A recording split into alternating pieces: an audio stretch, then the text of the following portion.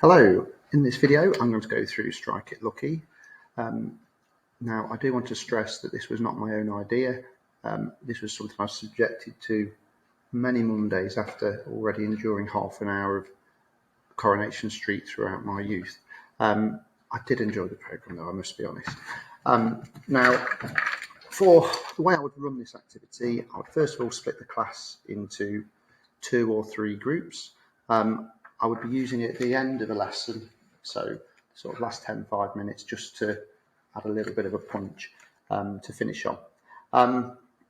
Now, what happens, team 1, I will pick one student from team 1, and I'll ask them top, middle or bottom. Now, on this, they've got a question. That student's given an appropriate amount of time to answer that question.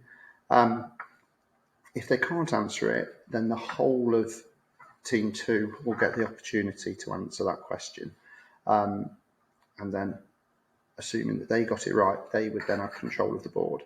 If team 1 get it right, then another person from team 1 is picked to get the answer. So let's say that team 1 got this question right, and then the next person on team 1 is picking, and then they don't get this question. So it then passes out, and team 2 are able to get control of the board. So someone from team 2 now picks a question, and again, it will just be that individual. They've got a hotspot, which means it passes on to the next team.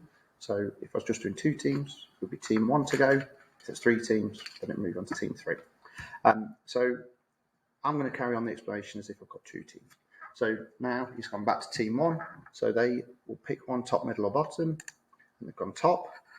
We'll say they answered the question successfully. I pick a new student, top, middle or bottom. They've gone bottom, they've got a hotspot, so we've gone over to team 2. They pick one. Again, we'll say they get the question right. I pick a new student, they get the question right. Pick a new student, they get the question right. Pick a new student, they get the question right. Pick a new student, they get the question right. And then on the last one, they've got a free pass where they just move on without even having to answer a question. So you can imagine the relief on the student that was chosen to answer this question. And whoever is in control when they get to the end of the board, they win the game. I hope that makes sense.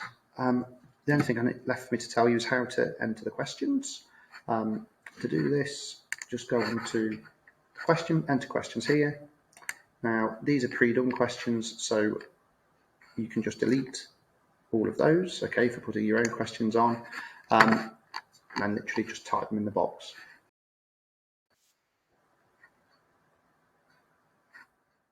And the topic reference, that allows you to choose this group of questions when you go to the question sheet. So on this, you can see at the moment I've got all selected, but if I chose Living World, then only the questions labelled Living World would be selected. So it's quite a nice thing to do, particularly if you want to build up a set of questions over the years where you can put them in and then come back to them the next time you teach that topic. So just take a bit of care when you put the topic reference, because it is a useful tool. So hope that helps, okay, and I hope you enjoy playing Strike It Lucky. And again, there's lots more ideas on energising learning if you want to take a look. Thank you very much for watching.